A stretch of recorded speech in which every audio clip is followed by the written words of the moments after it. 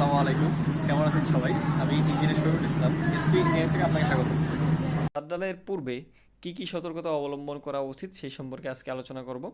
প্রথমে দেখতে হবে ড্রয়িং অনুযায়ী রড বিছানো হয়েছে কিনা, ইস্টিল টেপ দিয়ে চেক করতে হবে।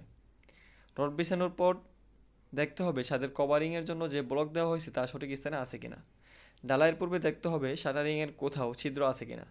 কংক্রিট ফেলার পূর্বে ছাদকে সামান্য পানি ছিটিয়ে ভিজিয়ে দিতে পারেন।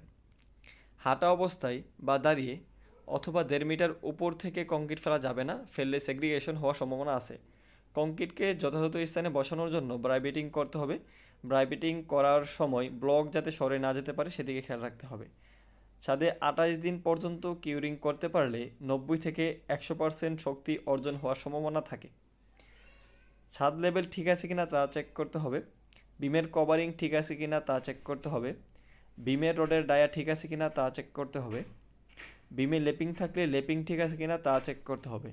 কলমের ভিতর দিয়ে বিমের রড দেওয়া হয়েছে কিনা তা চেক করতে হবে। বিমের স্ট্র্যাপ প্লেসমেন্ট ঠিক আছে কিনা তা চেক করতে হবে। বিমের লেপিং ঠিক জায়গায় দেওয়া হয়েছে কিনা তা চেক করতে হবে এবং ইলেকট্রিক্যাল লাইন বা পয়েন্ট ঠিক মতো দেওয়া হয়েছে কিনা তা চেক করতে হবে। তো ভালো থাকবেন সবাই, ধন্যবাদ সবাইকে, আল্লাহ হাফেজ।